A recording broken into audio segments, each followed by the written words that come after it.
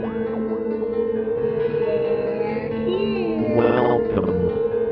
to Spooky Southcoast. The 5K races. All of a sudden, I guess isn't supposed to happen, but it does happen.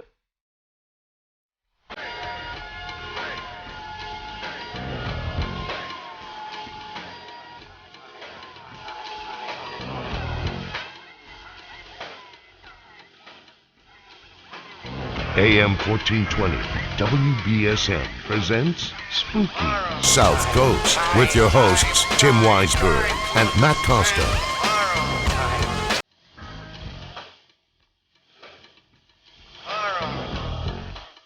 Good evening and welcome to Spooky Southcoast. Tim Weisberg here along with science advisor Matt Moniz.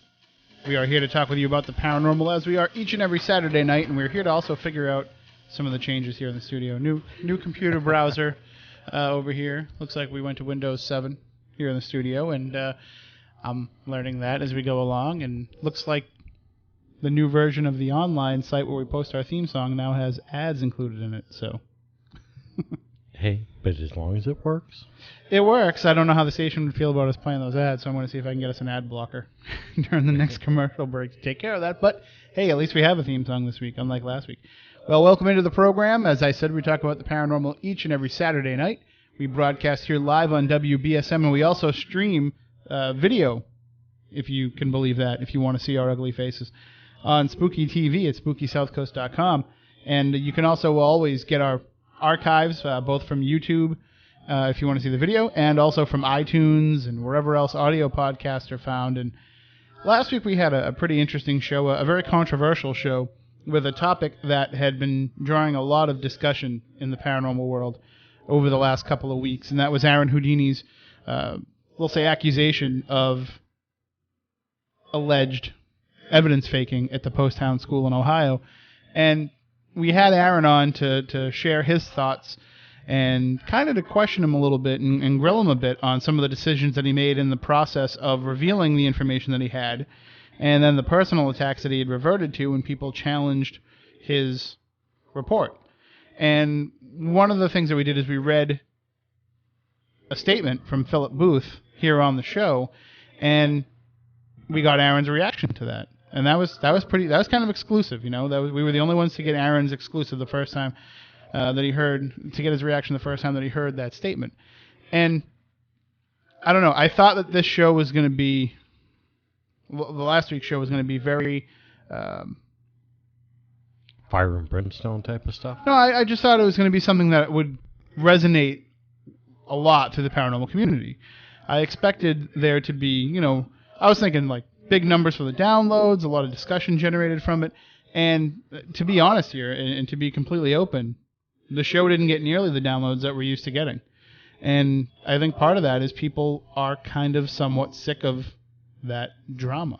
And I don't mean to keep rehashing a lot of the topics that people have been talking about over the past couple of weeks, but people are sick of it. They're tired of all this crap that goes on behind the scenes of the paranormal investigation community. And even the idea of a community is something that's been challenged lately. And the idea of whether or not there needs to be oversight for the paranormal. There's been so many topics that have been kicked around as a result of this. I think a lot of that warrants discussion going forward.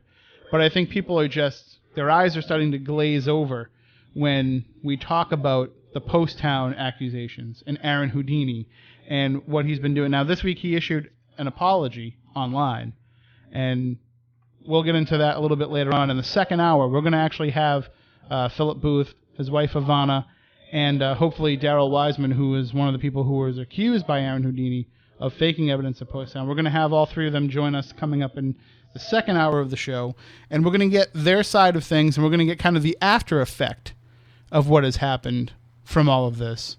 And then I think we should be done with it after that. I hope so. Because I really think that it's showing that the community doesn't really want to keep revisiting this. But at the same time, we need to present the after of the whole thing. You know, it's one thing if you want to come out there and say, well, you know, it's going to be my job now to expose fraud wherever it exists, or that we should all be exposing fraud wherever it exists. But before we do that, we need to kind of see the after to that before. And I think that's what we'll kind of talk about a little bit later on with Ivana and Phil and Darrell, hopefully, if we can get all three of them on. And we can share what's happened to Darrell as a result of these accusations. The kind of, I don't want to say damage control, because damage control means almost implies that you're trying to cover something up. The repercussions of? But just the way that Philip and Ivana have had to change their lives over this, and they came into this on the periphery. Phil was just kind of just trying to come in and say, hey, before you go forward with this, Aron, let's make sure you get all your ducks in a row. And instead, he became the target of some of these attacks. So, we'll get into all of that coming up in the second hour. But in this hour, we're going to talk with our old friend Richard Salva, who's been on the show a couple of times. And you know him as the gentleman who wrote the book. It was originally called Soul Journey from Lincoln to Lindbergh, but it's been retitled in its future editions as The Reincarnation of Abraham Lincoln. We're going to talk with him about Abraham Lincoln, the paranormal side of the 16th president. And I have to say, I saw the film, and I don't know if you've had a chance to see it yet, Moniz. The only Abraham Lincoln one I saw involved him killing vampires. That movie doesn't exist, as far as I'm concerned. But the Steven Spielberg film that's out in theaters now, I had a chance to see it, and I feel like, for all that I've read and all that I've learned about Abraham Lincoln over the years, that Daniel Day-Lewis's portrayal is probably the most accurate that we've ever seen. And we really did see the humanistic side of Abraham Lincoln. We saw him more as a person than as this idol, than as this symbol of America. And we get to see kind of what he was like in one-on-one interactions with his family, with his cabinet, how he got things done, which, some of the things go against our idea of principled Abraham Lincoln, and they show that he could resort to whatever needed to be done. But it also shows, his quick wit, his storytelling ability, and the fact that he was, for somebody who we look at as being somebody who was very melancholy, he did have a sparkle about him. And I think that they did a great job of capturing that. And I'm just going to go on record here and say that Tommy Lee Jones is going to win Best Supporting Actor Oscar. If Daniel Day-Lewis doesn't win the Oscar for Best Actor, but I definitely think Tommy Lee Jones is going to get it for his portrayal of Thaddeus Stevens. But we'll talk about Lincoln the person and Lincoln the soul with Richard Salva coming up in just a little bit. And, of course, the phone lines will be open throughout the night, 508-996-0500, 1-877-996-1420. Those are the numbers if you want to call in. If you want to email, it's spookycrew@spookysouthcoast.com. And you can also check into the chat room on Spooky TV at SpookySouthCoast.com, which the chat room was pretty buzzing last week. Oh, yeah. I don't think it's a coincidence either that I tried to go back after the show and get through as much of the chat room as I can. Usually you can back up like a good half an hour or so and read some of the comments, but I couldn't back up at all because there was so many comments, Fast and Furious, in there. And it looks like things are kind of back to normal. Most of it aimed at Dave. Well, Dave asked for it. But before we get into all this stuff going on tonight, we have a few minutes here before we have to take a break, Moniz. I just want to get your ideas on the concept of the paranormal community, and because you've been doing this long before anybody would ever come forward and admit that they were investigating the paranormal, and you had to seek out colleagues. Back when it was, just an outpost. Yeah, and if you wanted to get somebody's opinions or share theories with anybody or share data with somebody else, it was hard work to try to find who else had been working on a lot of these things. Yeah, the only thing that you really had to go on were the authors that wrote books or wrote articles in magazines and newspapers and what have you. You would contact them and see who else in your area contacted them, see if they could point you out to, oh yeah, I got another person that sent me a letter, Mm-hmm. This is before the days of internet where you actually had to write a letter and put a stamp on it and send it out. And they would tell you who is in your area, and then you would try and get in contact with them and then meet up with them. A couple of locations you would occasionally run into another intrepid soul doing the same thing. But I think what really exploded the community sense, it would be the internet, the advent of the internet. Well, looking at it from that perspective and from the current modern perspective, then I have to ask you, in order for this and we'll call it a science for the sake of argument. But in order for It this, can be a science. Science is just the method of application. but I'm saying some people don't like that label put on it. Some people do. But if we're for this science to advance, do we need to get along? Does everybody need to be friends in the paranormal in order to advance the paranormal? Have you ever seen a bunch of scientists get together about things? They're not very friendly with each other in most cases. So, yeah, this is nothing new or nothing out of the ordinary. Because this is what I've been hearing all week, wall to wall, and it's been driving me crazy. And Chris Balzano and I were in the chat room of another radio show this week, listening to Phil and Ivana on that program, and the Pollyanna attitude that so many people had in the chat room about going forward. I know I'm going to, lose some friends here, I think, or at least lose some people who don't really want to as long as face you're this side of speaking it. truth, it shouldn't matter. The truth is what's the important thing here, right? So, well, I just think some people are going to be upset with what I'm about to say, but I think this whole idea of working together is actually somewhat counterproductive in this field. I don't think it has as much benefit as people think that it does. Now, I think there needs to be a respect amongst each other, or else you're just going to go backwards. But everybody holding each other's hands and working together and singing Kumbaya is going to eliminate the competitiveness that's going to make one advance over another. Yeah, you lose the, let's call it the competitive nature of discovery. Discovery is done by a lot of hard work and this and that. When you start getting, these cloisters of groups together and they start, unilaterally saying we're going to do this and this is our thing, that's no longer science. That's a cult. That's not how you advance. And a lot of advances in science are done through competition. It's sorry to say, but it's true. That's how they make the money, if they can get to the discovery before the next guy. Well, I'm going to go so far as to say that 75%, I think, is a healthy number to say, of the paranormal field look toward the television shows for some amount of guidance. That might be kind of a high number, but I think I actually think that's kind of low. But 75% of the people out there may think that, at least accept the fact that the television shows are the public face of the paranormal. So if that's the case, I ask you this. When was the last time that you saw Zach Bagans appear on an episode of Ghost Hunters? When was the last time that Aaron or Nick called up Jason Hawes to get his opinion on something on camera? Before he had his own television show, John Zaffis would be on Ghost Hunters. How many times has he been on it since? They don't have to work together because there's a competition between them to have the most successful paranormal program. Might be a little bit different with Zaffis and Ghost Hunters because they're on the same network, so there can be some kind of, and I'm sure we're going to get cross-promotion episodes later on. But, it's no different than, I'm sure that the people who own the Gold and Silver Pawn Shop in Las Vegas, I'm sure that they don't call up and share with the Detroit pawn shop. Yeah. And everybody gets along, and Gold and Silver doesn't charge one price without checking to see what price, I'm sorry, the one in Detroit, I'm forgetting the name. But Pawn Stars is the name of the Pawn Stars doesn't check with Hardcore Pawn and set the market that way in terms of what they're charging for things. But I'm sure they have a healthy respect for one another. If they were at one of the upfronts for their networks and they were all controlled by the same, main media company, I'm sure that they would be friendly to one another and shake hands and say, hello, how you doing? I'm sure there's been photo ops with, the owners of one and the owners of the other together.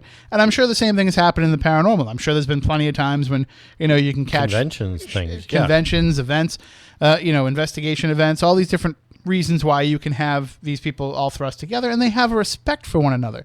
But that doesn't mean that Ghost Hunters doesn't want to be the higher rated show than Ghost Adventures or vice versa.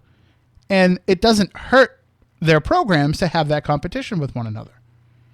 And it's the same thing with, look at the NFL or any major sports organization. If other organizations crop up from time to time, which they do, and they have some innovations that the NFL or the NBA or the Major League Baseball don't have, eventually they will incorporate those into their own broadcasts. There's stuff in the NFL today that is directly descended from the old AFL, which the NFL absorbed. There's stuff in the NFL today that's from the XFL, which nobody likes to admit ever existed. But that behind the camera shot that, ESPN Monday Night Football say they pioneered and now everybody uses, that was an XFL shot. And there's a lot of these innovations come about through competition. Correct. And there's nothing wrong with that happening in the paranormal. Now, that doesn't mean that you're going to go online and disparage another group, but it also doesn't mean that you have to check with another group before you investigate a place that they've investigated before. And the other thing that's been popping up a lot is about evidence review. Whether or not we should be able to criticize other people's evidence. Look, I got one bottom basic line for you when it comes to criticizing evidence. Don't criticize somebody else's evidence unless they ask you to. Know what I have a pet peeve with? What's that? People calling it evidence. Evidence belongs in court. Science, we analyze data. All right. Either way, I'm just using the colloquial terms that we use in the field today, but I do like that perspective. So if you see a shoddy piece of evidence, if you see somebody even, we'll just say, misinterpreting something, that doesn't mean that you have to publicly post on the internet about what it is. Contact that person and say what it might be. Now, I guarantee you, if you take the time to do that, they're going to write back and tell you no. I actually had somebody show me a picture the other day that was an outright camera strap. And when I told them that, they told me there is no camera strap on the computer, on the camera, and there's just no way that that's possible. It's a camera strap. I know what one looks like. I'll recreate the shot for you. But it doesn't matter. And if you're going to get to that point where it doesn't matter, let it go. The worst possible thing that's going to happen from somebody promoting misinterpreted evidence, whether it be willfully or even accidentally misinterpreted, the worst possible thing that's going to happen is they're going to end up on my ghost story. And if they do, big deal. If you think my ghost story is hurting the paranormal field, if you think people going on that show and presenting their evidence is hurting the paranormal field, you couldn't be more wrong. Because the people who are out there that are calling you to come and investigate their houses don't know about this stuff, or else they wouldn't be calling you to come investigate their houses. If they could do it themselves, if they felt they had the knowledge themselves, enough from what they've gained from watching television or reading a book, they're not going to call your group. If they do call your group, it means that they have somewhat of an interest, but very little knowledge. Which means when they see something like that on my ghost story, they just think, hey, I might actually have a ghost too if this person does. You know what I'm saying? I know exactly what you're saying. There's too much emphasis on being correct. And there's really no value in being correct. And how do you tell what's correct in the unknown? That's true. Okay, so. But, again. Yeah. That leads to the question of, whose job is it to point this stuff out? And it's all stuff that we can talk about later on with our three guests. But before that, I definitely want to talk about Abraham Lincoln with tonight's guest, Richard Salva. And if you haven't seen the film, go out and see it. And if you haven't picked up Richard's book, The Reincarnation of Abraham Lincoln, get it now because it is a fascinating read. So why don't we take a break? When we come back on the other side, we will talk with our guest for tonight for the first hour, Richard Salva, about Abraham Lincoln. And then coming up later on, it's more controversy in the paranormal because we just can't seem to let it go. So stay tuned. We will be right back with more here on Spooky Southcoast. It takes 12 years to create a graduate. It takes about the same time to create a dropout. The difference between a child becoming one or the other could be you. Studies prove that reading to a child regularly dramatically improves reading skills, and kids who read well by 3rd grade are 4 times as likely to graduate. So United Way is calling for 1 million volunteers over the next 3 years. We're asking you to step up, make a pledge, tutor a child who needs help, mentor a kid who needs someone on their side, volunteer to read to children, make a difference. Because when a child advances, we all advance. Entire communities improve. The path to success or failure starts long before graduation day, and the difference between a graduate and a dropout could be you. Be a reader, tutor or mentor, give, advocate, volunteer, live united. Take the pledge. Go to liveunited.org now. Brought to you by United Way and the Ad Council.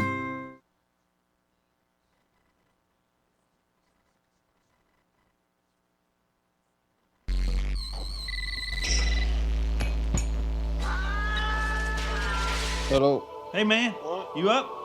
No. Wake up. I need to talk to you. I think your house is haunted. Hey, come on. It's 2:30 in the morning. I can't sleep in here, man. I'm scared.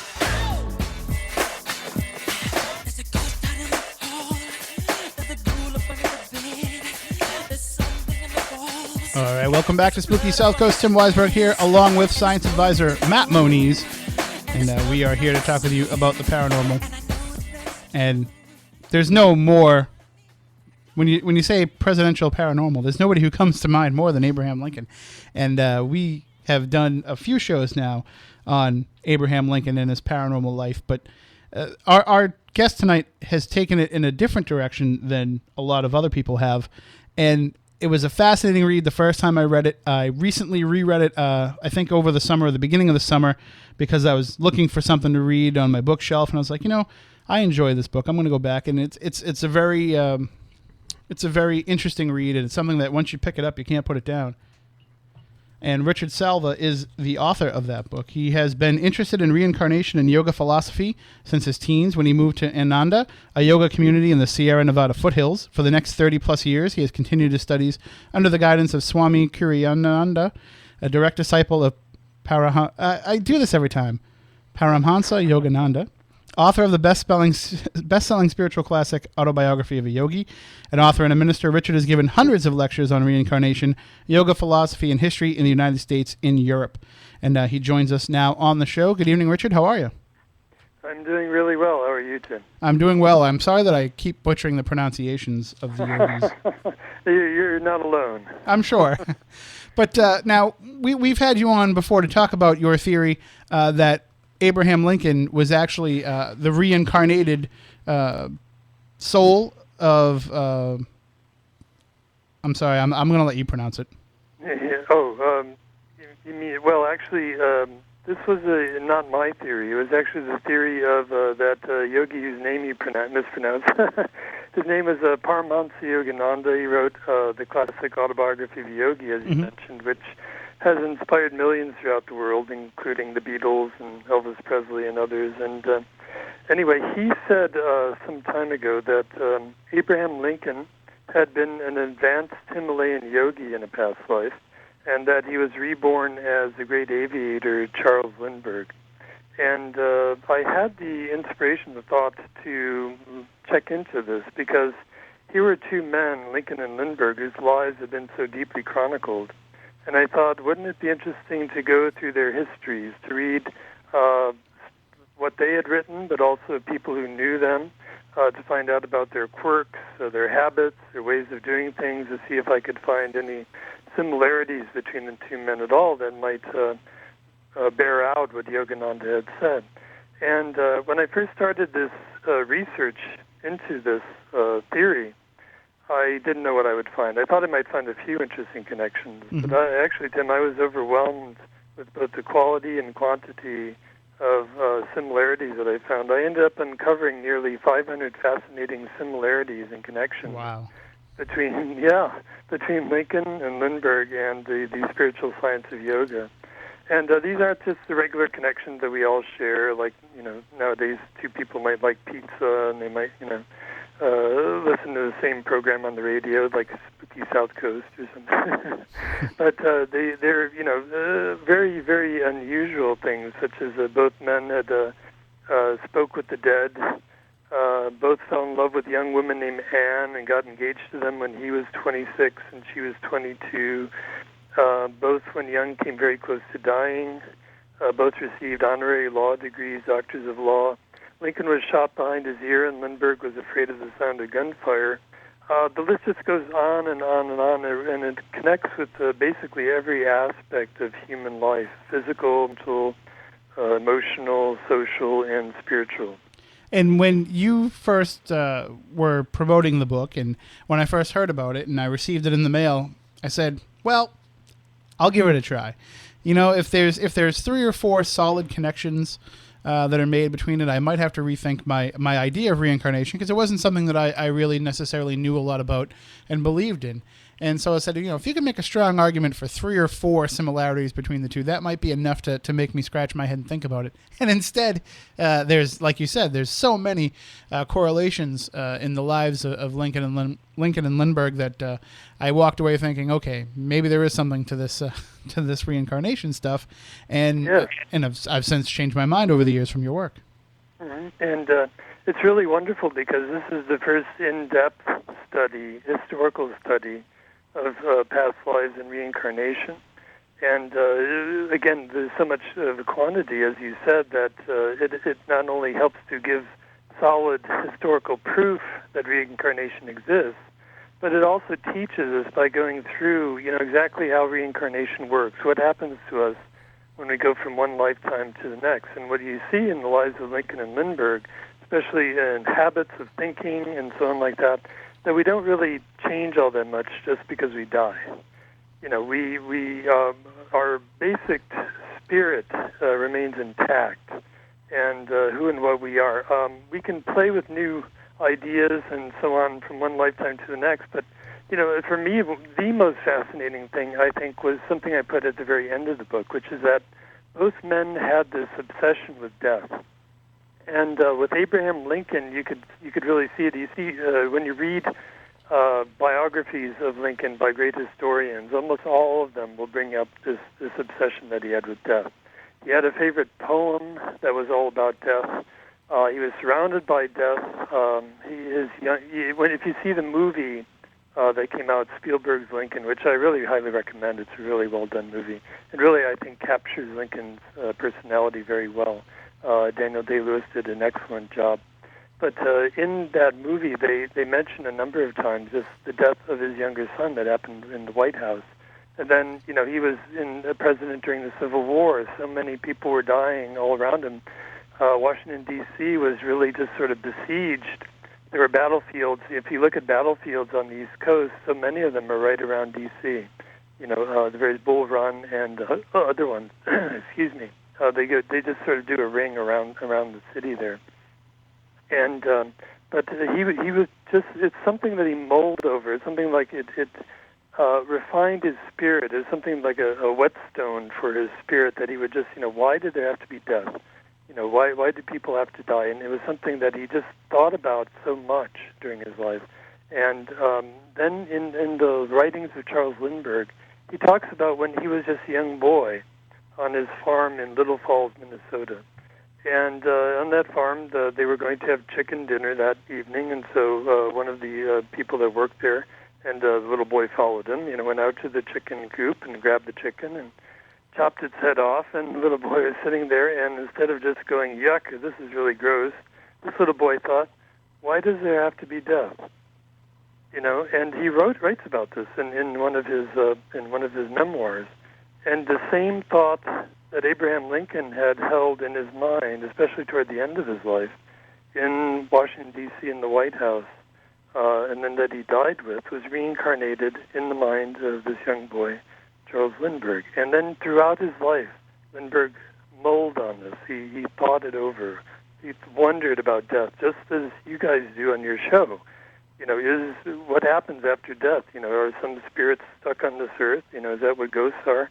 And so on. He mulled on these big questions about life and death until at the very end of his life he came to peace with the thought that death was just part of a cycle of life. And he even had various thoughts himself about reincarnation. He had a wonderful visualization that he had. He was living in the island of Maui at the time, of Hawaii. And he would see the water just sort of forming in these pools and then going down into little rivulets and going from one pool to the next. And he said he wondered if life was like that. That the water of life would gather for a time in a pool and then it would move on to the next one. And it was really a good analogy for reincarnation. I'm assuming that you've, like you said, you've seen the film and you've had a chance to see Spielberg's concept and Daniel Day-Lewis's portrayal. And with all the years of research that you've put into Abraham Lincoln yourself, how accurate would you say that their depiction was of him, not just in his presidential ways and in the events of the film, but in the way that they portrayed him as a person? Oh, I thought it was very accurate. It was very, very well done. not only an author, but I've done stage acting, and I have great respect for Day-Lewis and how he immerses himself in a role. And he really just tried to capture the spirit of personality of Abraham Lincoln, and you could see it just in his eyes and the way that he, you could see the mind working. This was a man whose mind was just very deep.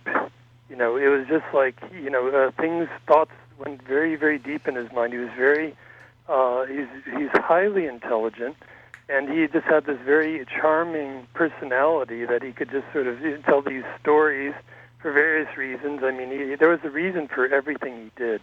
And when you look at Day-Lewis portraying him, you really just feel, as some of the actors felt, almost that it was almost as if Lincoln himself was there. And this was because, I can say this with a great deal of emphasis, because I was really studying Lincoln's personality in my book. I wasn't studying as much the politics of every decision that he made, the various, letter he wrote on this date and the reason he wrote it, and everything that was going on in the Civil War at that time and why, wherefore, and all that sort of thing. I was studying his personality, and I thought they did a tremendous job, with a few reservations. There were a few things that I didn't think were actually true. For instance, in the movie, it's one thing I bring up in my book, that Abraham Lincoln himself was very nonviolent.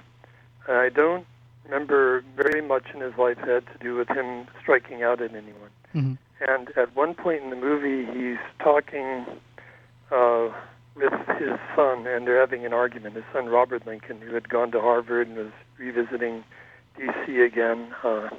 And during the argument, Lincoln reached out and slapped him. And I just don't think that happened.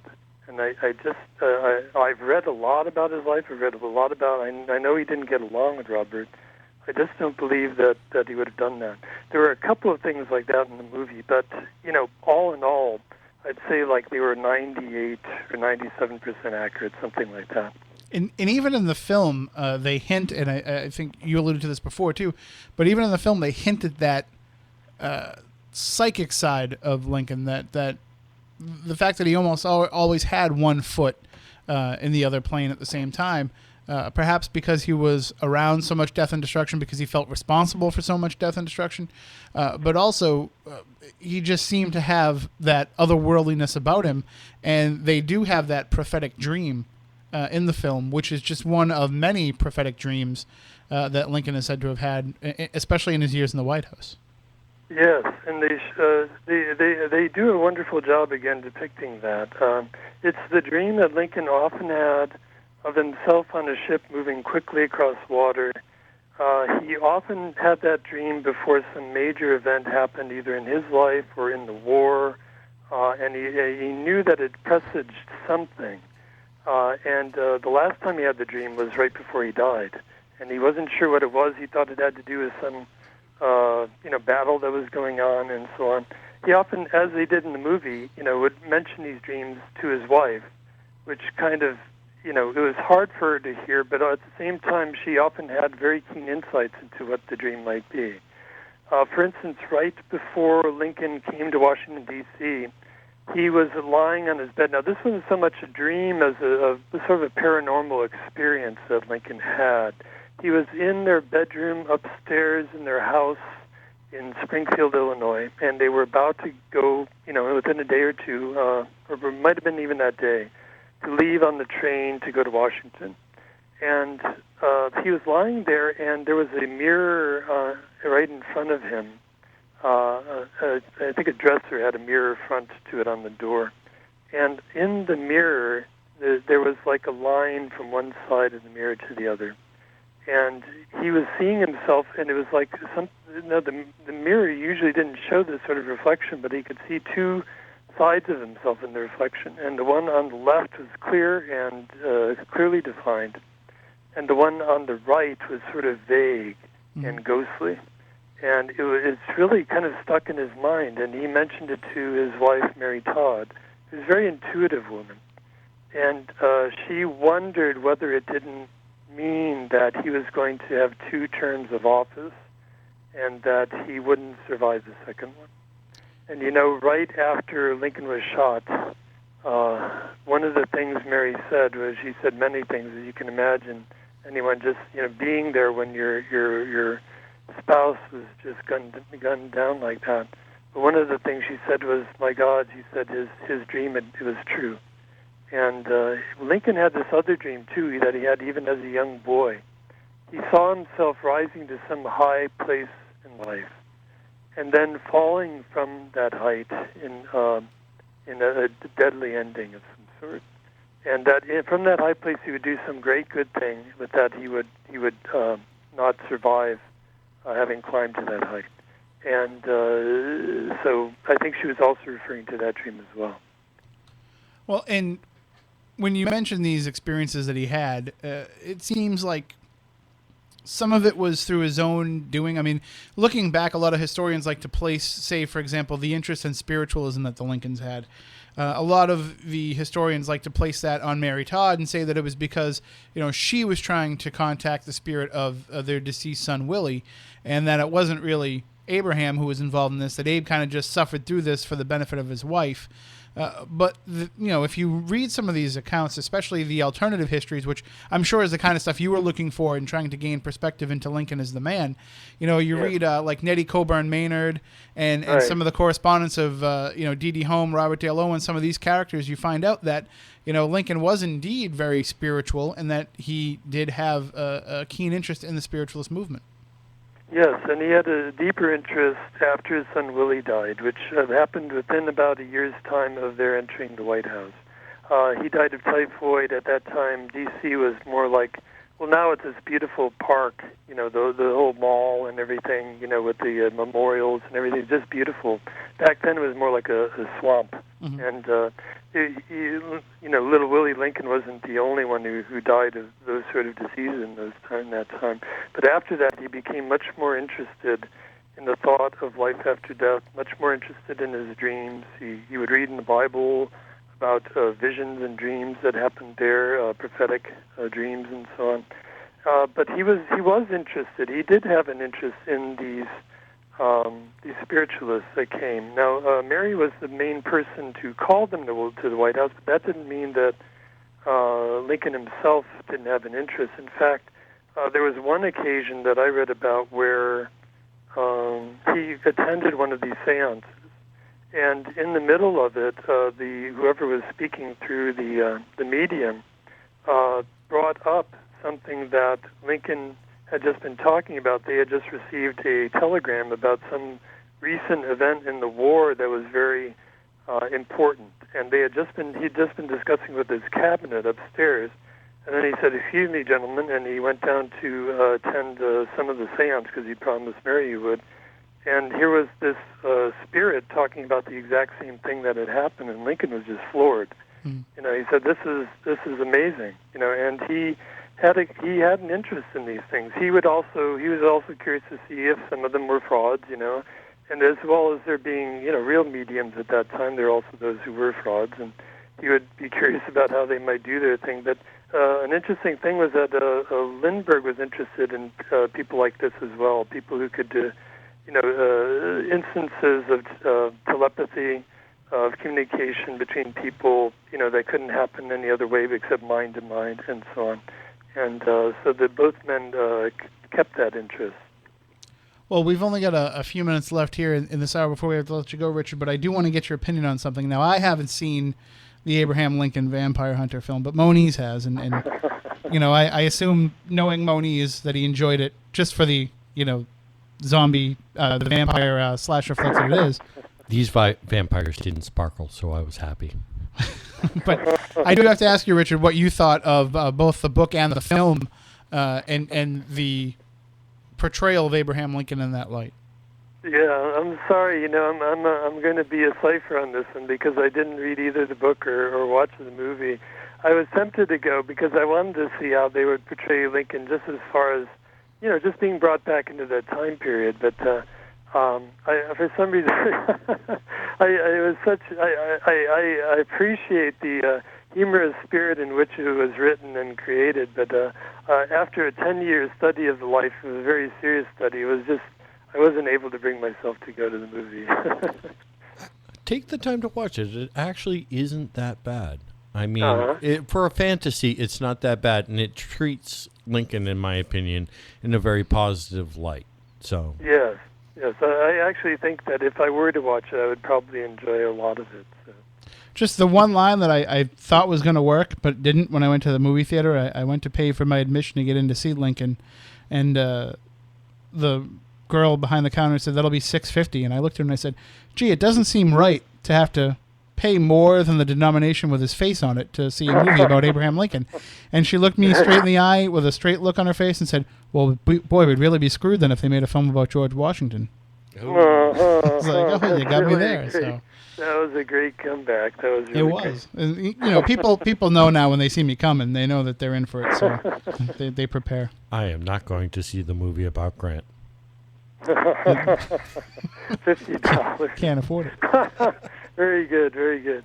All right, well, his name is Richard Salva, and his website is crystarpress.com. That's CRYSTAR press.com. If you want to purchase his book, The Reincarnation of Abraham Lincoln, and also you can purchase his other book, The Yoga of Ghost Hunting, which we've also talked about on the show. And just real quickly, too, Richard, just let everybody know about the past life consultations that you offer as well. Yes. If anyone would be interested in that, you can find out more about it on my website, and there's a back way to go to the website, which is to type in LincolnReincarnation.com. And everybody thinks that they're the reincarnated soul of somebody famous. Have you actually spoken to anybody yet that is the reincarnated soul of Abraham Lincoln or Charles Lindbergh?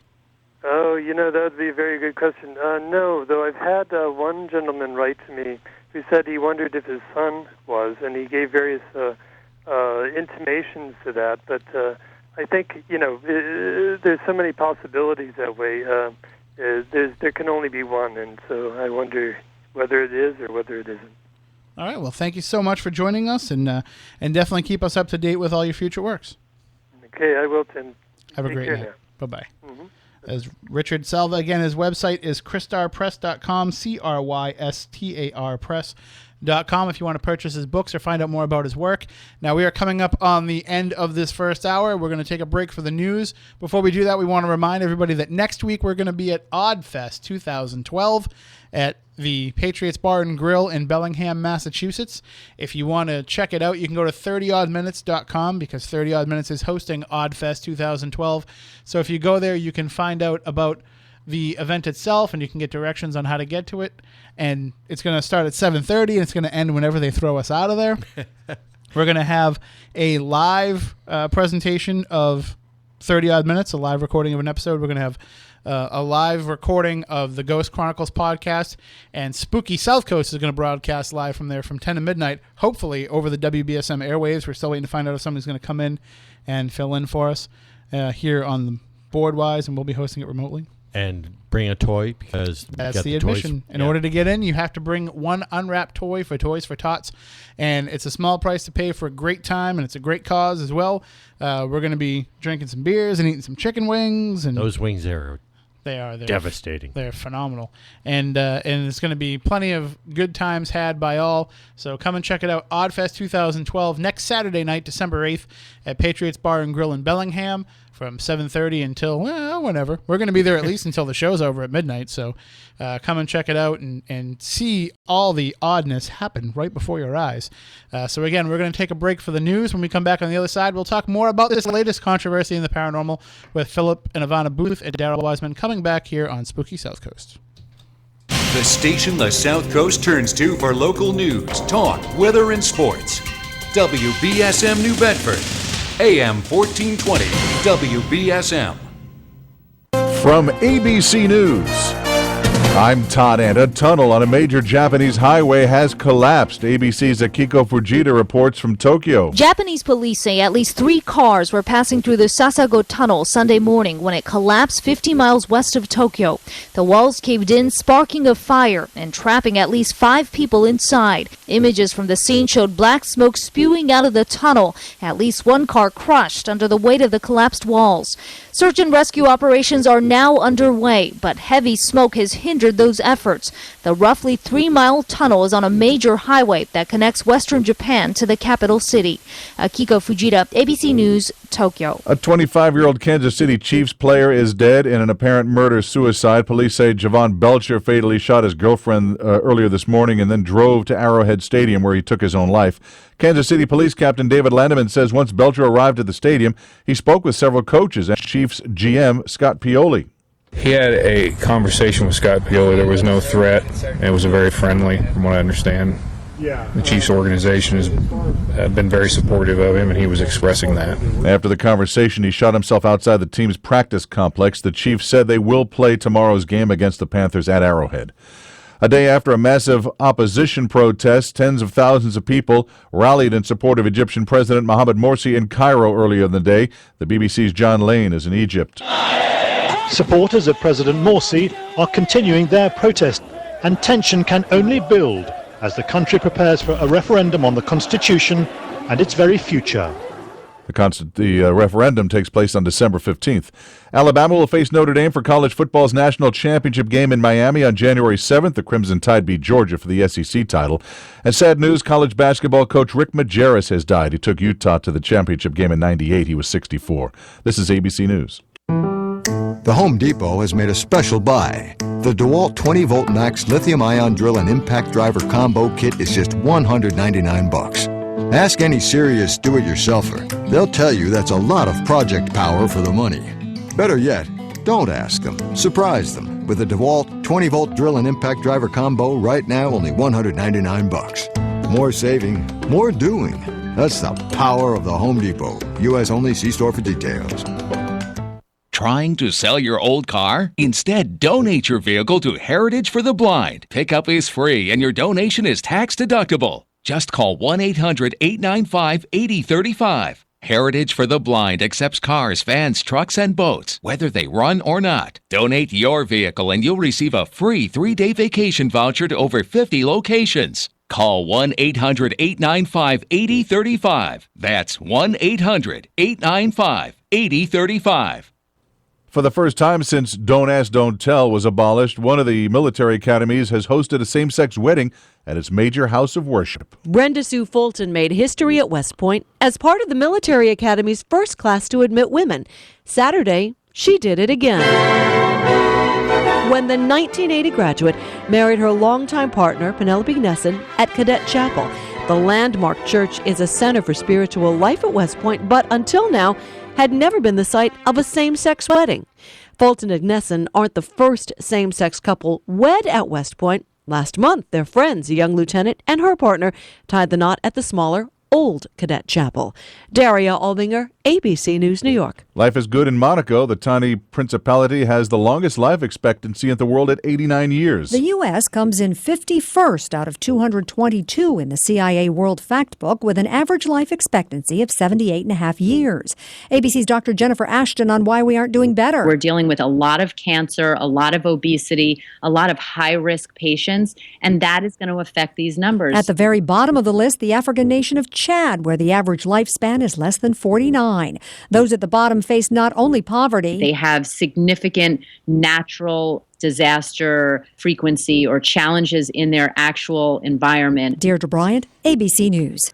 This is ABC News. Trying to sell your old car? Instead, donate your vehicle to Heritage for the Blind. Pickup is free and your donation is tax deductible. Just call 1-800-895-8035. Heritage for the Blind accepts cars, vans, trucks, and boats, whether they run or not. Donate your vehicle and you'll receive a free 3-day vacation voucher to over 50 locations. Call 1-800-895-8035. That's 1-800-895-8035.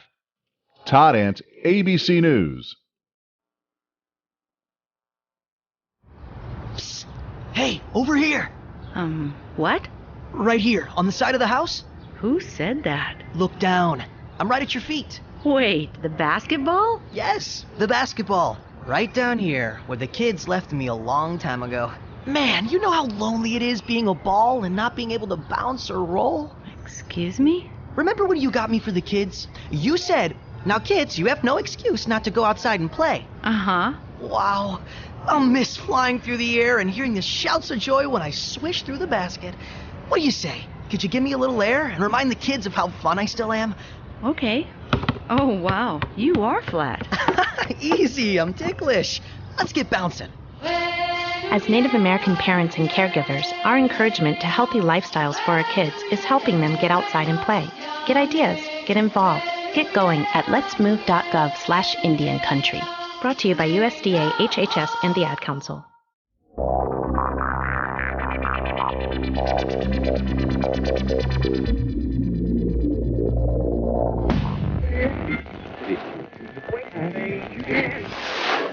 Radio, a medium that has been pruned, honed, trimmed, winnowed, chiseled, bonsai'd, and deposited here today.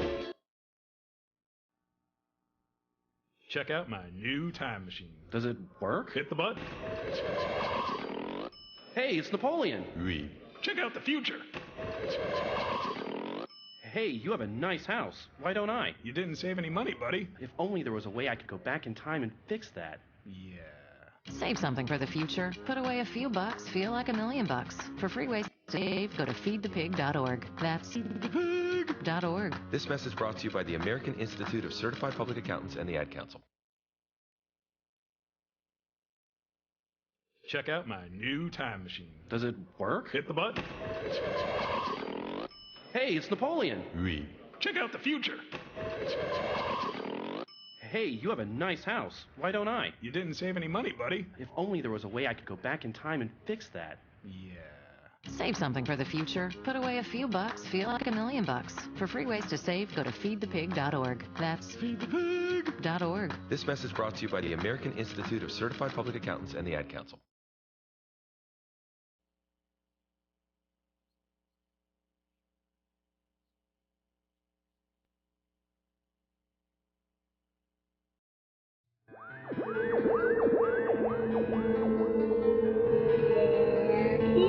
Welcome to spooky Southcoast. Look, I know the supernatural is something that isn't supposed to happen, but it does happen. AM 1420, WBSM presents Spooky South Coast with your hosts, Tim Weisberg and Matt Costa.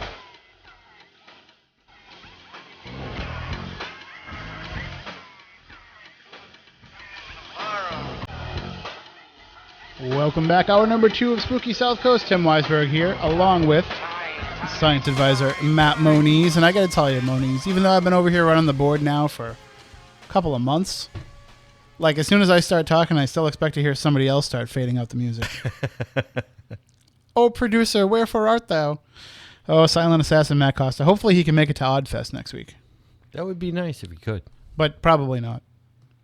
Yeah, his slave driver new boss at his work. Right. It's kind of ridiculous. All right. Well, we are going to jump right into the discussion now. It's a continuation of what we talked about last week to some degree when we had Aron Houdini on talking about the accusations that he made against the Poasttown School and also against Darrell Whisman, who I apologize for mispronouncing his name for the last couple of weeks and also misspelling it on Facebook too a few minutes ago. But and we talked about the idea of Aron making these accusations that he made of evidence being faked. And also the personal attack. Yeah, I'm just going to ignore that line for right now. Also the personal attacks that he launched against many people as a result of what he was alleging. And we need to kind of examine the other side of that too, and that would be, the after effects of those accusations and what happens. And we need to also, allow the other side to have their say. Now, we invited Darrell on the program last week to join us and share his thoughts, but he wasn't able to quite yet. And we also asked Philip and Ivana Booth to come on and join us, but they were otherwise detained. So they gave us a statement to read on the air. But now we want to give them their opportunity to have their side of the story told and also to share with people what happens as a result of these accusations being made. So let's bring them all on. It's going to take me a second here, but all right. Good evening, Phil and Ivana. How are you guys? I'm very good, thank you. Oh, we are doing spooktacular, and thank you both for joining us. And thank you for providing us with the statement to read on the air. And Ivana, I know that you've got something that you're going to read for us a little bit later on, too. I thought it would be better for you to read it in your voice than for me to read it in mine. So, sure. Since they're your thoughts. All right, now let's bring on Darrell. Darrell Whisman joins us on the show. Good evening, Darrell. How are you? Good. How are you tonight? Oh, we are doing very well. Thank you for joining us. And my apologies for mispronouncing your name and even misspelling it a few minutes ago on Facebook. Not a problem. With a name like Weisberg, I can understand. So now, I don't even know where to begin with this because so much of this stuff that's been going on over the course of just this past week. I mean, we've had Aron's public apology on Facebook, but I still need to find out if there's been individual apologies made, and we have some revelations that Ivana's going to give to us a little bit later on. But Darrell, let me ask you this first. Aron claims that he gave you opportunity to respond to what he was going to put out there before he made it public. Is that true? Did he get in touch with you and share with you what he had planned to reveal? Aron got on here and he gave me an opportunity to get rid of. I have a home team here that does the walkthroughs and things, and he gave me an opportunity or an ultimatum, whatever you want to call it, to get rid of Jay, which is one of the members of Hindsight Paranormal, mm-hmm. and to get on Facebook on a public page and apologize, saying that some things have been brought to my attention. I apologize, and I will take care of those. It will not happen again. Or he was going to out us at 9 p.m. or something like that. So what was your reaction to that? Well, my reaction was, number one, this isn't Aron's house. This is my house. Mm-hmm. And number two, nobody tells me how to run my house but me and my wife. Well, and now the county for a little bit, but we'll get through that. But Aron doesn't run this place. If Aron wants to have a place that people can come and paranormal investigate, he needs to go get him one.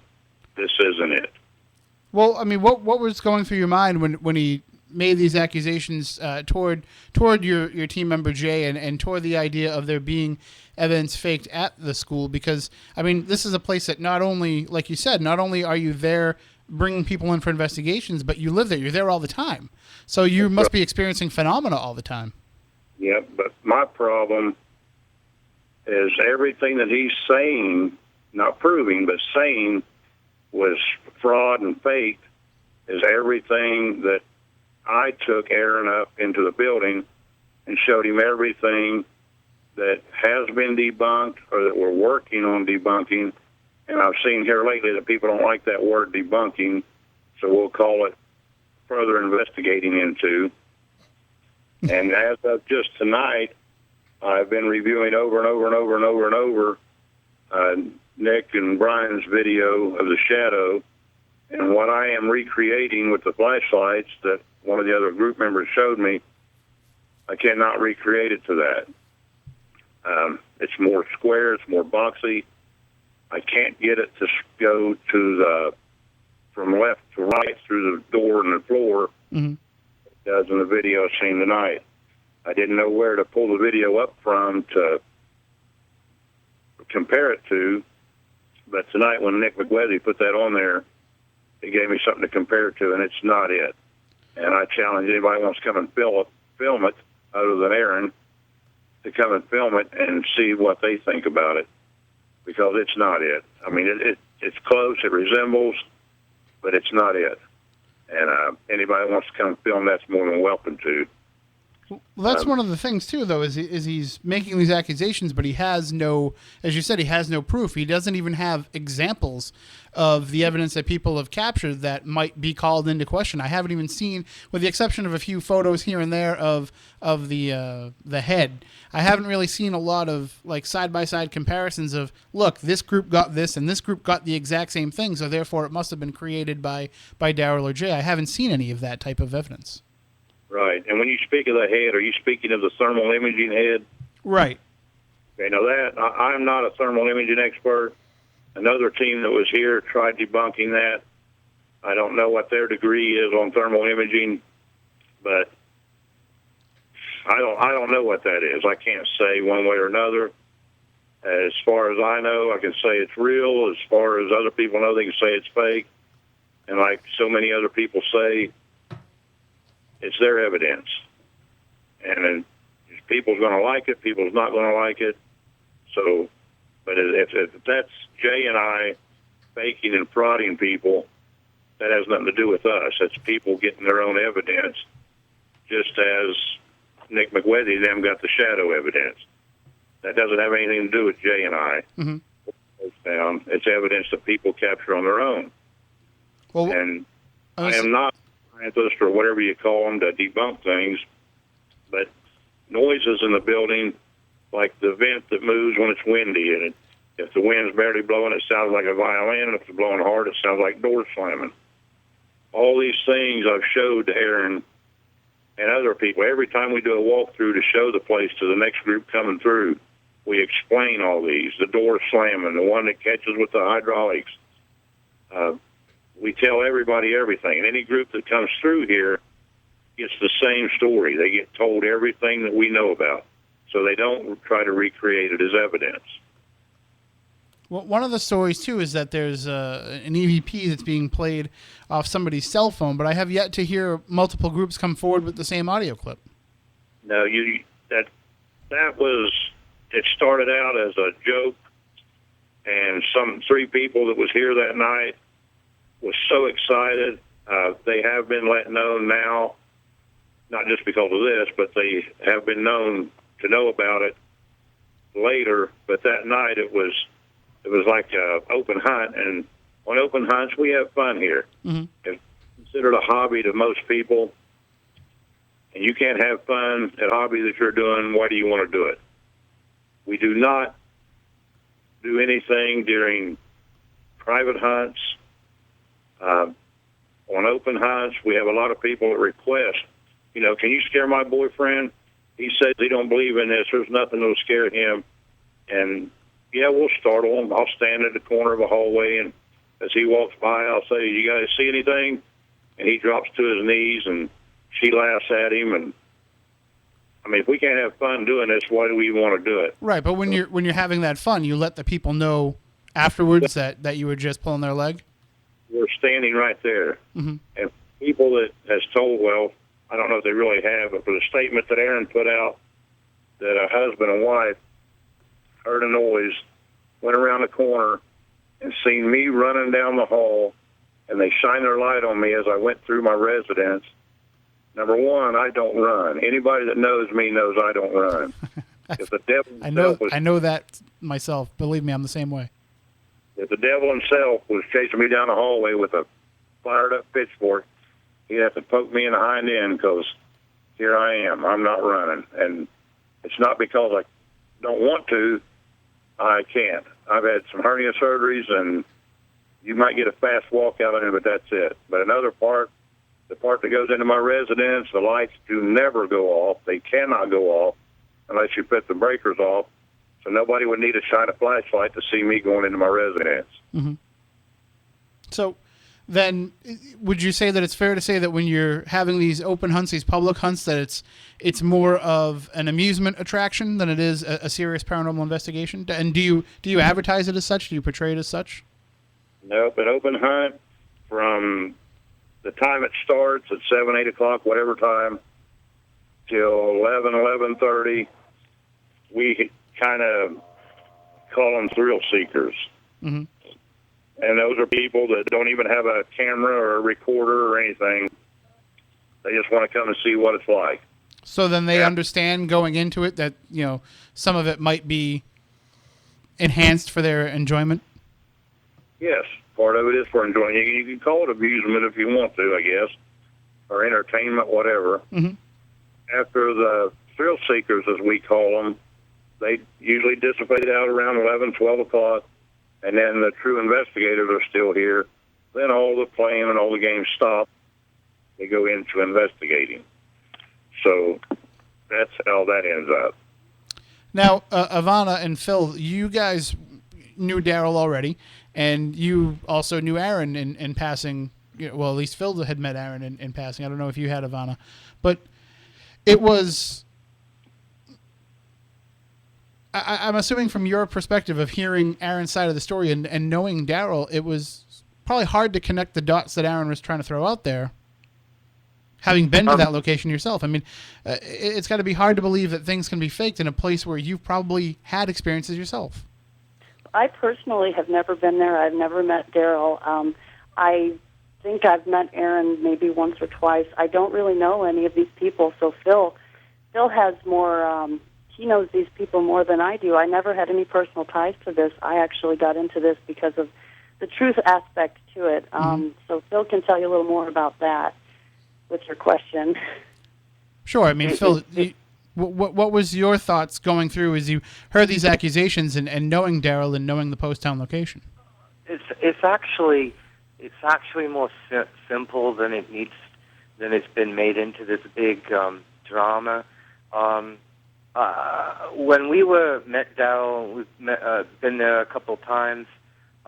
He's a really great guy, and so is Jay, and they're like family, and they were family to Aron, and they gave Aron his baby crib, and so the whole thing seemed a little odd, a little strange, and the whole thing got strange when I asked Aron for just some kind of hard proof that Darrell and Jay were faking evidence. I mean, do you understand? I try to look objectively at this, since there is no court of law or actual legal crime against faking paranormal evidence. It's really hard what you even expect to get from this by pointing the finger at somebody. It's not about condoning fakery. It's just about understanding what the point of all this has become. And so when this started, and I know how wonderful they are to him and to us and to everybody to meet, I got to look at email transmissions between Darrell and Aron, and that kind of pointed out a different picture. It's in my statement, my long statement you read on the earlier show, but in a basic thing, it just looked like there was a disagreement over a gig on October 27th. Now, without me jumping to a judgment at all and staying neutral outside of it, I just asked him for hard proof from any of his so-called eyewitnesses, just so I would know before you go and attack so brutally and take this man's livelihood away and damage his reputation and all that. It's not a lighthearted thing to do on such a great building. And then he started so aggressively refusing anybody's other input or opinion or saying, I don't need to show you proof. I don't need to this. I'm judge, jury, and executioner. And he started getting personal, and I started realizing there was something more to it.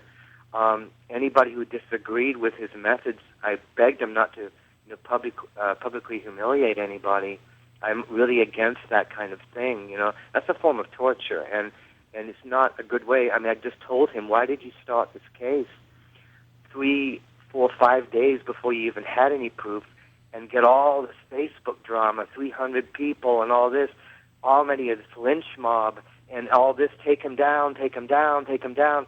And this is what we wanted to avoid. The power drama in this business is bad enough as it is. So this is when this started happening.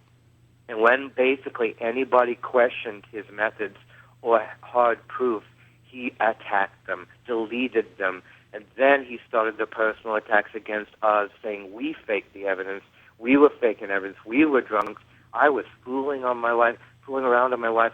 Why would somebody think to this stuff? And then the email conversations I made public to other radio stations and to other websites that started popping up, to people who he had insulted, and there was no way anybody to get any kind of comments back because he would delete. He would do a personal attack and he would delete it. So there would be no way to trace it down. And so my biggest fear for all this, because it's nothing personal, was that we needed to really understand we can't allow this to happen in this industry. If one person can rise up with no proof and say this person's doing this and then raise a lynch mob that puts that man out of business. I mean, this is any business, by the way. It doesn't have to be paranormal. I mean, we're supposed to live in innocent till proven guilty here. Right. And that's not how it's going. So on a moral end, not even personally involved, this just stunk. The whole thing stunk. And then when he started throwing, the only thing he had left was building code violations and goes on Darkness Radio and says that he posted this building order like he told Dave Schrader that he got this order, and then you found it was a 2006 401 sprinkler code violation of a haunted attraction, and it had nothing to do with asbestos or lead paint. And he was started digging, and then he wrote an email to another radio guy saying, I had someone go in there and film taking a tile out of the building to test for asbestos, filming a theft, a break-in. I realized this has gotten desperate and crazy, and for someone who has a great love and respect for this industry, someone needs to stand up and say, this is not right. I'm not condoning fakery, and I need to make that clear. And Darrell, to me, has always been great, so that's all I can go about. If he's done things I don't know about, I can't speak up for that. But all I can do is speak up for what hard evidence is visible to us and the stuff I've seen personally. And our films are about truth. If anybody's seen our films, they know we dig skeletons out of closets. And we've been sued by many states for graves that don't have names on them, that only have markers, and asylums that don't want the dirty laundry out there. So how could I, being a member of the Boothers, sit here and allow one of the biggest pieces of paranormal fraud at all, which wasn't pertaining to Darrell, but somebody pointing fingers falsely at somebody, and then just to wrap this up, he makes a statement on another radio show with the Kling brothers saying, I believe the entire this is quote unquote, I believe the entire paranormal community is a joke. We should wipe it clean and start again. Well, my question is this, and it's a scary thought. Who's wiping it clean, and who's picking who's in and who's out? Right. Because if it's that judge and jury and executioner who's already has no proof, and he's already formed a lynch mob, I'm afraid I've got to step in his way. Because that can't happen. That in any form of justice at all, that is injustice against innocent people, and you need proof, and that's basically what this is about. Well, what's interesting is I offered Aron last week the opportunity. I asked him why his original report and his original statement on Poasttown was no longer on his Facebook page, and excuse me, he responded that he had had so many personal attacks launched on him that he had to take it down. And the one question I'm sorry I didn't ask as a follow-up is, well, then how come you haven't taken down when you've attacked everybody else on your Facebook page? But that being said, I'm trying to be Switzerland in this whole thing. I did offer him the opportunity to put that statement up on the Spooky Southcoast page, and I did also offer to allow the Spooky Southcoast page to be used for him to put anything up there that he felt would not be appropriate on his own personal page. And I even recommended to him that he makes a page specifically for his, calling out of fraud. And I have to say, it's been a week now, and I haven't had any correspondence on that. Well, Tim, I'd really like to bring up that Nick McWethy posted, I know if you're up to date on this, posted a video tonight defending his evidence of the shadow figure and this water fountain, which Aron, through his personal attack, said we faked. Then he said we were upset because it was fake and we were trying to take anybody down. And then they said it wasn't fake. But the bottom line here is Nick McWethy spent 12 minutes on a video recording a personal statement with his likeness under penalty of perjury. He, on his likeness, talking to the camera, swearing, showing his face on camera, saying, I swear this was not fake. I have nothing to do with this. I tried to recreate it. I invite everybody else to do it. Why did Mr. Houdini did not bother bringing any personal video statements or audio proof or anything, or even under penalty of perjury statements from his witnesses forth to make this paranormal fraud a case like you would in a court of law? Right. This is why this has to stop. And the good thing about this all is let it serve as a reminder to anybody else that plans on trying to make a quick publicity stunt or rise to a quick TV show stunt and do this to innocent people who make their livelihood. I mean, Darrell is not a rich man. Everybody goes, he's making hundreds of thousands of dollars. Listen, I've been there. There's no hundreds of thousands of dollars there, okay? This man lives modestly. He barely can keep the heat on. He can barely keep his family fed. But that school is clean. We go in a lot of buildings, okay, and they are blown up buildings, and that actually adds to, like Waverly Hills, adds to the filmic value of a film shoot, because that's my end of it, okay? Mm-hmm. But this building is shiny and almost so new that it's not that, it's more like a Rob Zombie Halloween 1970s school, like Carrie, you know what I'm getting at? So, with the shiny floors. So, this whole thing just is all wrong, None of it makes any sense. And that public apology that he made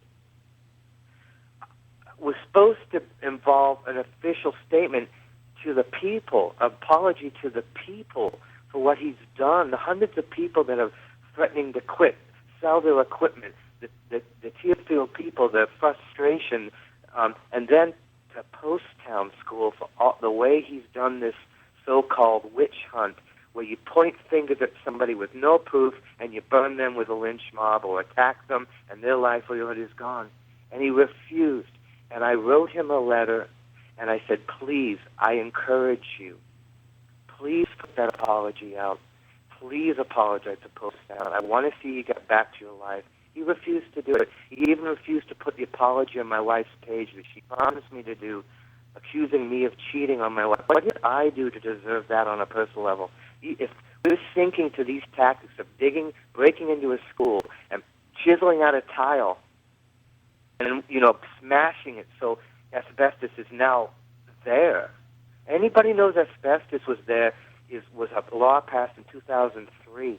As long as the tile is kept wax and it's not exposed, it's not dangerous. And who's not going to go in a haunted location that was built in the late 1800s or early 1900s and worry about that? Mm-hmm. Anyway, they're going to have masks on. They're going to do that. So when he started throwing all this, it's not Aron Houdini, the fraud hunter. It's Aron Houdini, the building inspector. Right. And the sad part. I don't understand it, Tim. I just bang my head against the wall trying to find logic in this, robbing the paranormal field of its high of the hunt. Let them find out themselves if Poasttown is haunted. We don't need anybody saying it is or it isn't anyway. Well, we have a call on the line here, so I want to take this call.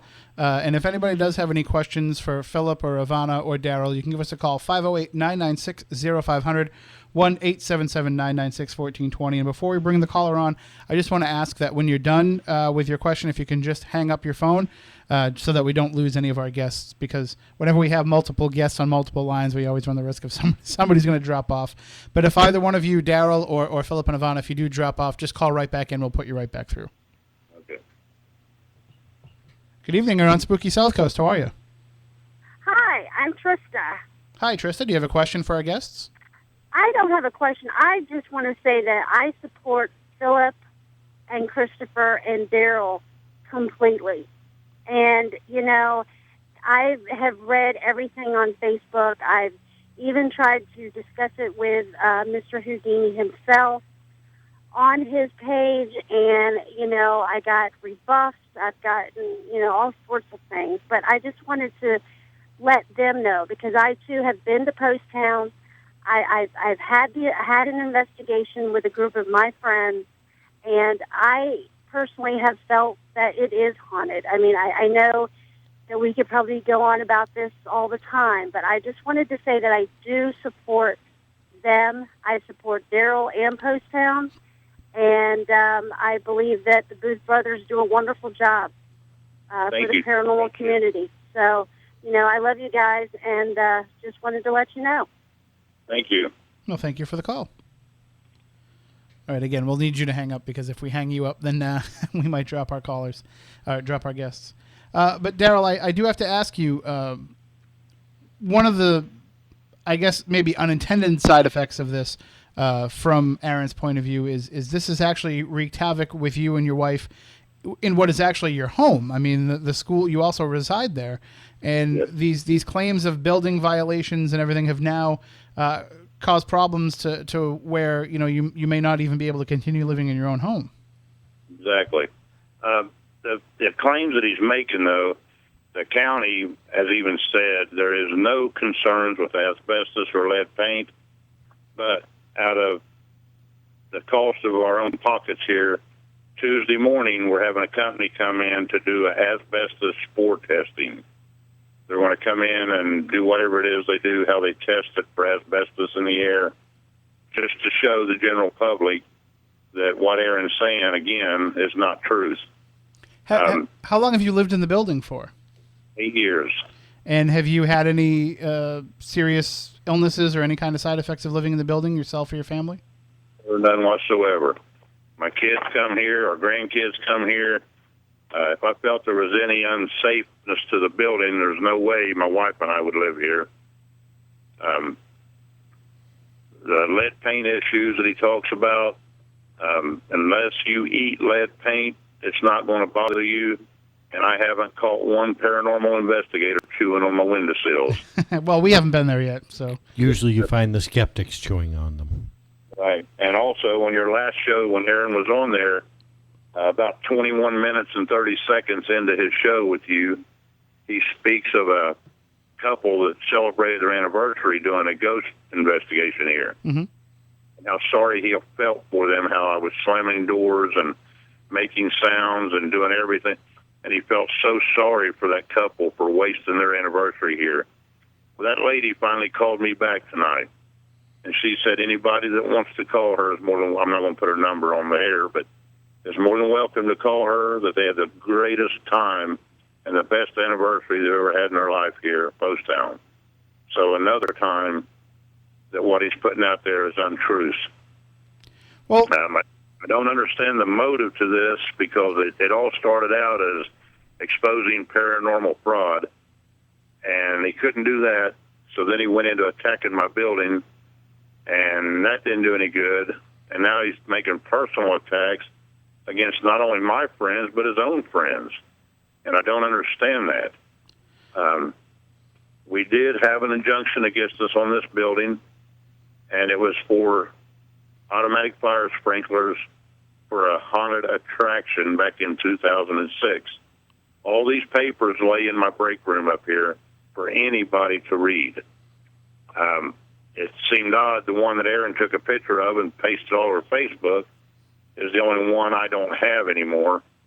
I can't say he took it from here, but I know it's missing. So I went to the county and got another copy of it today, or not today, but yesterday, and we're going to try to get that injunction lifted because we don't do a haunted attraction here. And then move on. If we need a sprinkler system, we're going to work at doing that. But so when you say haunted attraction, do you mean that did you used to run like a haunted house attraction through there? Like, when we bought the building in 2004, our intention was to turn it into a haunted attraction. Mm-hmm.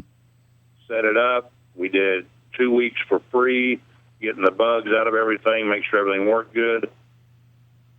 When we started trying to charge at the door, we got a temporary restraining order served on us and said we cannot operate at the haunted house. And I said to the guy at the county, well, you better have a good lawyer because I put too much time and money into this, and we're going to have it. Well, he had a good lawyer, and he beat me. So I lost at that, and they ended up putting an injunction against me for Section Code 411 in the Building Code Manual, which is about automatic fire sprinkler systems and things like that. I understand that as being a hazard now because the strobe lights, fog machines, and new walls that you build up to make them go in different directions can disorient people, and they not know where what paranormal investigating is a wide open hallway, wide open rooms. There's nothing disorientive or no sounds or no strobe lights or fog machines. So you're trying to find out then if you still need to have the sprinklers for the way that you're currently operating the building, or do you already know that it's okay the way that you're using it in its current capacity? We're trying to see if we can get by with using it for what we use it as investigating for events and things where we have gatherings of people. We're probably going to have to put some sort of fire sprinkler system in. at 8 a.m. Tuesday morning. A fire sprinkler company will be here to give us an estimate on what it's going to cost to do that.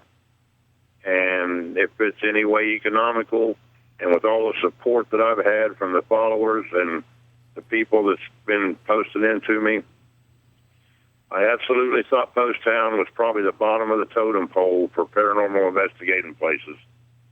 When I hear of places to go, I think of big places like Waverly and Mansfield and all these places that people pay to go to.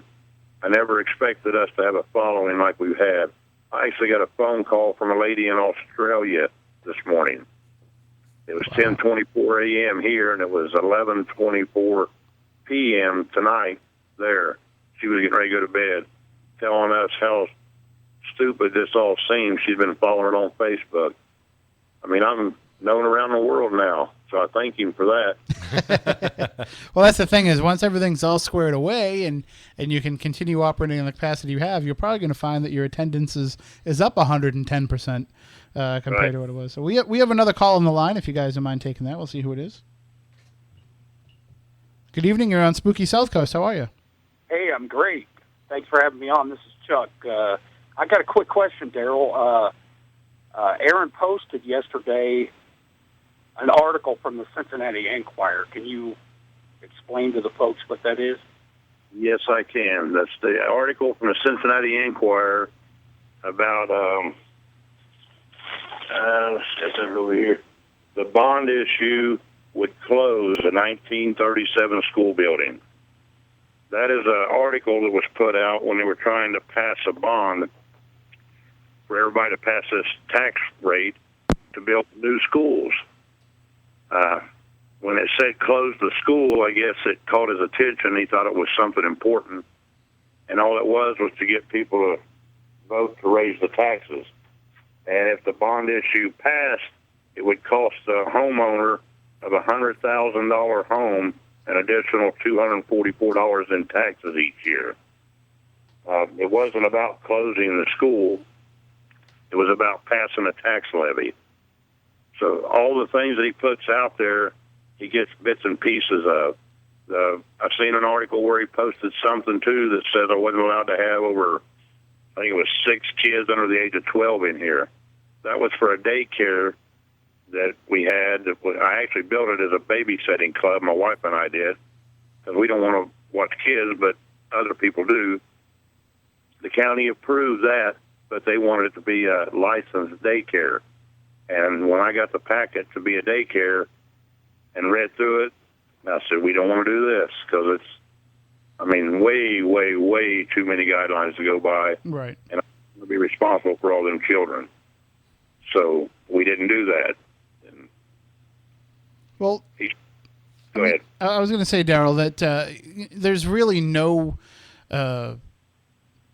there's no way to go forward with this now, though. This is always going to be part of the story now of Poasttown. I mean, no matter what happens going forward, these accusations are always going to be there, whether they're proven or unproven. There's always going to be kind of that stain on your location and on your reputation, and likewise also on Aron and his reputation as well. And I guess the only way that you can really get past that is to just continue to allow people to come in there and investigate and provide their own evidence. But I'm sure now you've got to look at everybody that comes through the door with a raised eyebrow about what their true intentions are. Well, not really. What I see out of people is I trust people, and I trust them with my whole heart. And the people that come here have a good time. As far as tarnishing us in Poasttown, one thing I can say for myself is I have documented proof of everything that I'm saying to be true. Aron has showed no documented proof of anything that he stated. Mm-hmm. His claims, even the couple about their anniversary on your show last week. How many times can you prove what somebody is saying or stating to not be true before people finally quit believing in them? I mean, I hate to say this, but I thought the world of Aron Houdini. I thought he was a great... He says he's not a magician because people think he's a magician. He's a dumbass. He's a trickery or whatever. But I thought a lot of him. And I feel like he's hurting his own career at what he's doing, and maybe he's trying to build a new career of some kind. But as far as Poasttown, he's slowed us down. We're going to have a few weeks off here, but we'll be back. But when we're back, we'll be stronger than ever because there'll be nothing else anybody can pick on us for. Right. Any group that's been here that's got their evidence, I haven't had anybody leave here and say I didn't get something, whether it be a personal experience, audio or EVP or video. Not bragging on my place, but it's pretty awesome from what people tell me. And I did make a statement when this first started, and people were trying to tell me the place is haunted. I thought they was full of whatever. I didn't really believe in ghosts and spirits or whatever that is. As times went on, I see things and hear things that I can't explain. I guess I'm one of those skeptics that has kind of been converted, and it's an awesome place. And why would someone would try to take that away from all the people that do this for a hobby and all the people that do this for a enjoyment or whatever drives somebody to do what they do for paranormal investigating? I had a gentleman call me the other day, and he was really broken up because he said his dad died when he was 9 years old. And his last time here, he said that his dad contacted him. And he said, if that place gets tore down, that's the last place I talked to my dad. Mm-hmm. And those kind of things are touching, you know? Right, and that's the kind of thing that we're really into this for, and is to make those connections. Now, Ivana, I know that you've prepared a statement here that you released in the last couple of days, and you've done probably more research into this than I think Aron may have. And actually, I can almost say with certainty that you definitely have. But you did not take this story at face value pretty much from the beginning. Even before your husband's name and yourself started getting dragged into this, you had already kind of raised an eyebrow about some of the accusations he was making, and you've actually released this statement. If you'd like to share that with our audience, we'd love to hear it. Okay, I'd be glad to. All right, it's kind of long, so I'm going to sit back and have a drink or something. All right. It has been a long, hard road we have been down in the last 2 weeks, and I have a few things I would like to say. I really did not want to have to make a statement, but because the whole truth has not come out, I feel I have to say something. Of course, I realize this is opening myself up to attack yet again, so I will now state this is my opinion, so fewer people may jump on me since we're all adults and all allowed to have differing opinions and still treat each other respectfully. If you do not believe that to be the case, I apologize, but it is what it is. I'm quite sad at what has happened recently in the paranormal field. 2 weeks ago, I found out that there was potential fraud and fakery going on right before our very eyes. I didn't feel very good about that, so of course I backed the cause. I watched this go from what we all thought to be a good thing, protecting all of us from this sort of thing, to a huge mess that is ongoing at this time. I did my own investigation into the matter because a few items of information came to light and they didn't match up with the official story. I did quite a bit of digging, interviewing people who gave statements in the case and various others who potentially knew something, anything. I needed to know what was really going on. Within a few days, I had a story in front of me that was unfolding into something very different than what was originally said. It also added at least one other, if not two other people into the mix who were never officially revealed. I saw people backstabbing each other, lying, being two-faced, and this was privately, out of the public eye. This was nothing compared to the fiasco happening in the public. When I dug up the information I came up with and presented it to my husband, he approached Aron and attempted to help him get to the bottom of this. He tried to find out why those two others named in several statements by witnesses were never revealed, so they could speak their sides of the story and explain themselves. One of which is actually Nick McWethy, who did, you guys were just mentioning, officially make his statement and make a video, so there's that. He tried to find out the true motivation behind all of this. He tried to help everyone get their ducks in a row because you can't accuse someone of something so serious and go to the lengths that were gone to without having cold, hard evidence. If there was a law against paranormal fakery and this case was taken to a court of law, it would not have stuck because all that it had going for it was hearsay. No evidence whatsoever. nothing to back it up. Philip kept asking where the proof was, and none was presented to him. No video, no audio, nothing. So all we now had in front of us was a story of a potential cover-up of someone else that was being accused of exactly what the two gentlemen accused were being accused of. But no one was speaking out and calling them to speak for themselves. Why? Once we got involved in trying to get the truth out, suddenly, for some reason, we got turned on and made out to be all kinds of terrible things, from faking evidence to covering up faking of evidence to my husband being a drunk and cheating on me at conventions when I'm not around. It was even mentioned on the radio, actually your show, as a matter of fact. All of this because we wanted to get to the truth, the whole point of this quest. Why? For the record, we never attacked anyone. You can go back and look and see if there's anything out there on anyone's pages where I speak disparagingly to or about anyone. I did not. I, for the most part, stayed behind the scenes focusing on getting to the truth and let the drama go on without me until we got dragged into it, completely unnecessarily and without merit. We're good people and just wanted to help everyone get to the truth, and we got attacked for it and lies spread about us. Still, the truth has yet to come to light. I would like to say that I appreciate Aron Houdini's apology and truly hope that it is sincere, because I watched him turn on us in an instant and quickly turn us from friend to foe, and I never understood why. We truly were innocent victims in the mudslinging match and unfortunately got caught in the crossfire, and it went well beyond the realm of saying it went too far. The things that were said were reprehensible, and it is hard for me to just sit there and smile and say, it's okay, just don't do it again. It's hard, especially when everyone knows that to this day, we have no hard evidence proving anyone did anything. While I myself have several eyewitnesses that swear they saw things by certain folks at Poasttown, at least one of them still yet not named, even that would not stand up in court. If this was a murder or rape trial, the case would fall apart with what has been presented to the jury. I would gladly accept Aron's apology if he included in his apology all of the people affected in the online drama and unnecessary personal attacks, inability to have people's voices heard, deletions, mobbings, etc., and also included the people of Poasttown. Why? Because from the very beginning, he said that he cared for the people he was accusing of this and said that if they just apologized, that would pretty much be enough for him. Am I wrong in this? Did he not say that he didn't want to hurt them or their children, and that's why he was waiting days to reveal it, because he didn't want them to lose their home? It wasn't until he said they were not willing to do so that it seemed as if he decided to do whatever it took to shut them down.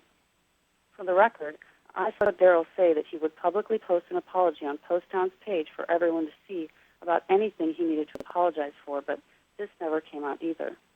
Since his fraud hunt did not pan out, he went on to speak of building codes, asbestos, lead-based paint, telling us what a hazard this building is to us.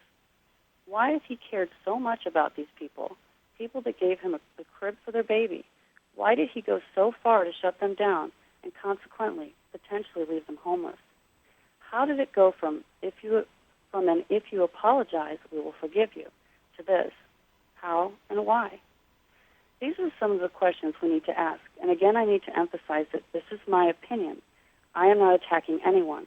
I am just stating what I discovered in not only my investigation, but also in dealing with so many people in this whole thing. People that chose to partake in the chaos and people that unwillingly got dragged into it. It has been no fun for most of us.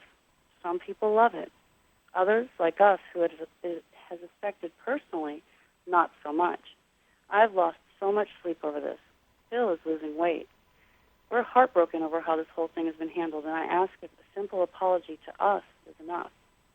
I truly believe that things could have been handled so much better in this situation, and if this is a case study for this fraud busting, I'm sorry. I want no part of it. If you happen to get a tip or find out that someone is knowingly faking evidence or faking things at their location, then do your own investigation. Get more than enough solid evidence to prove it. Present it to us when the full investigation has concluded, and provide us with all the proof so we can judge for ourselves. We're all adults here, and personally, I'm from the show me state. I need evidence to back up someone's claims, whether it's from the evidence they present me with or what I discover on my own. Evidence is required to back up any accusation. Since there's no precedent for discovery and proving of faking evidence, we should still treat this like a court case, innocent until proven guilty, and no case with no evidence. Also, the personal attacks and running other people and their names into the ground because they have differing opinions has to stop. The lying, the name-calling, the blaming, the projecting, the distracting from the truth, all must stop. I saw this happening, and so many people got involved. This should have stayed private until all the facts were known and at least triple-checked, and all of the evidence should have been presented to the public for them to decide. No man should himself stand as judge, jury, and executioner. I believe we as a whole deserve to get it all laid out for us, all the facts, the info, and let us decide for ourselves. When did this place become a place where everyone always has to agree to get along and play nice? So to make a long story short, too late. 1, don't accuse someone of something publicly in the way it was done. Do your own investigating, get your evidence, check it, make sure it's legit and you have a case, and then move forward respectfully. 2, if you can't prove fakery beyond a shadow of a doubt, don't go to all lengths to shut someone down by finding building codes or safety issues to do so. We are not building inspectors. We are paranormal investigators. 3, if you're going to go after fakery, do not fall to the level of personal attacks or go beyond the issue of fakery. Personal issues, etc., are truly unnecessary to prove your case and get into the area of slander. 4, if you're going to go after fakery, please conclude one case completely before going on to the next one. If we use this case as an example, I don't see a great future in fraud hunting if it's handled this way again in the future. 5, if you want people to listen to you, stay respectful, try not to get emotional, stick to the facts, and have a protocol of how you would handle this issue in the future. You need checklists and systems. You can't just go willy-nilly into something so serious as making allegations against someone that could destroy their lives, even if they're found to be innocent in the end. It won't matter because their names will have already been dragged through the mud, innocent or guilty. 6, take a poll and see how many people actually want to be policed in the paranormal. Find out how many people want paranormal cops out there checking all their evidence to see if it's fake.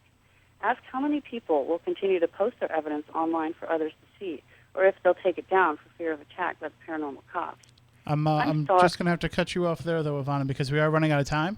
All right, I'm sorry. No, that's fine. I wanted you to be able to get as much of that in, and I definitely think that those steps, they also speak for my opinion as well as the way to go forward with this. Now, if everybody wants to continue reading this and they want to see the rest of the statement in full, they can see it on your Facebook page. And if you want, just since you're on online usually, if you want to just throw it right up on the Spooky Southcoast page as well, then people can go up there and see it too. And I think that might be the best way. Again, I'm sorry we couldn't let you read the whole thing, but we're just up against the clock.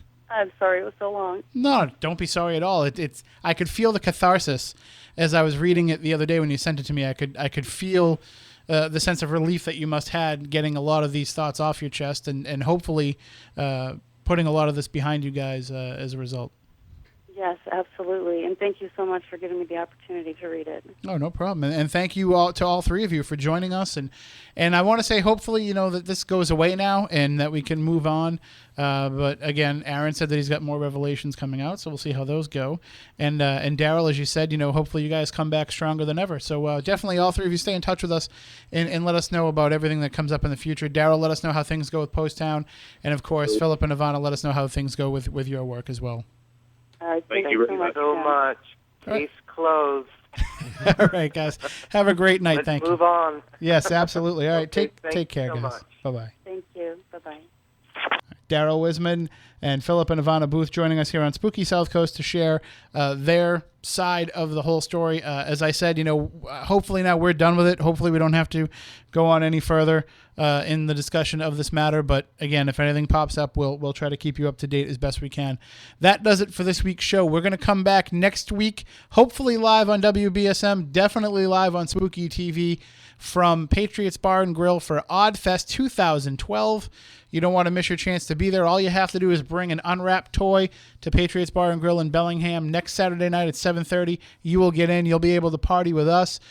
Jeff Belanger and the group from 30 Odd Minutes, and there's going to be the Ghost Chronicles group's going to be there with Ron Kolick and Ann Kerrigan, and there's going to be so many paranormal people there all getting together for a great cause. So hopefully we'll be joining you then. Until then, for Matt Moniz, for Matt Koss, for Chris Balzano, I'm Tim Weisberg. Stay spooktacular. The station the South Coast turns to for local news, talk, weather, and sports. WBSM New Bedford, AM